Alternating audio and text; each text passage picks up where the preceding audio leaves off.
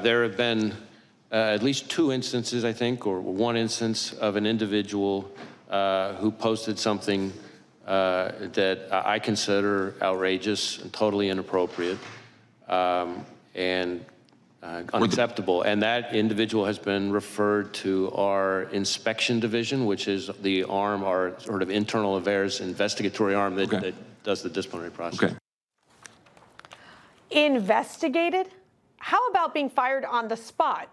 I mean, Samantha, you listen to FBI Director Christopher Wray. Of course, they've taken forever to even give us an update. He had to go up to Congress so that we would learn more about what's happening with the assassination attempt. And then you have the media downplaying it. I mean, what's going on here? Yeah, I mean, instead of focusing on what went wrong, what were the security failures, we're now talking about conspiracy theories about he wasn't shot. We have a photo from the New York Times that actually shows the bullet whizzing right past his ear. So, you know, we've got the statement from his doctor saying that a bullet pierced the ear. We see the photos with the blood.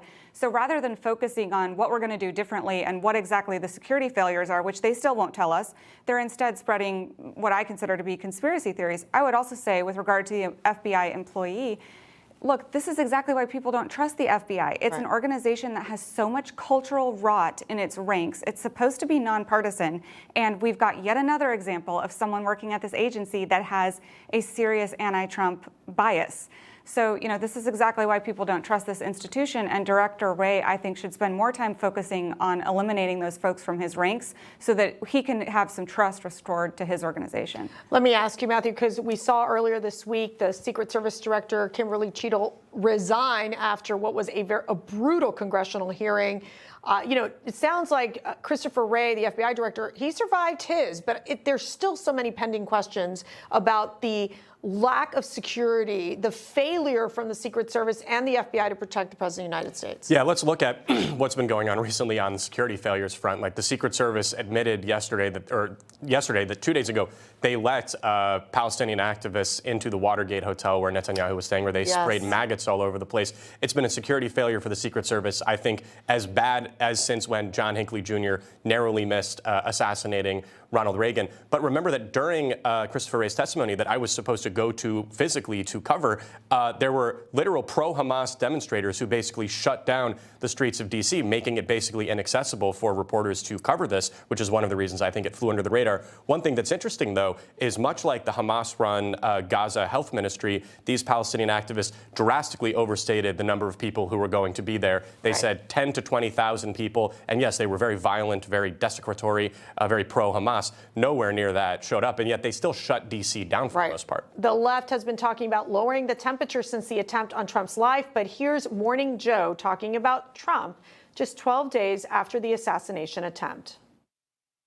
The most striking thing, though, is that he thinks he can get votes, and he obviously can, by tearing down America, by saying we are a horrible country, by saying we're a stupid country, by attacking us the same way Vladimir Putin or President Xi attacks us, by bringing us down. Where you heard Joe Biden last night lifting us up.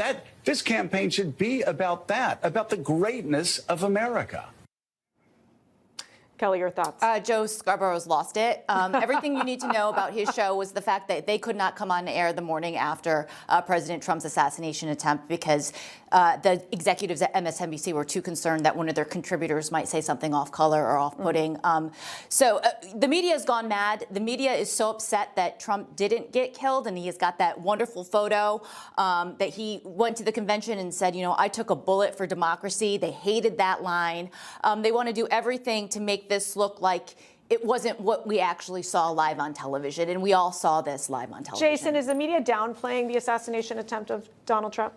You know, I don't know. I only watch Newsmax. But, you're a smart news consumer. What I will say is, I think this was a horrible assassination attempt. We know that whether it was a bullet or a bullet fragment, he was still getting shot at. You know, so I don't think that. I know people are like want to plant a flag that he was shot with a bullet. I don't think that really matters. Like, he was being shot at with an an AR-15, and that's a very dangerous place to be. And there were security failures, so I agree with you. Yeah, well, definitely on the video it shows that 2 bullets really went very close to the president's brain. Just horrific what has happened.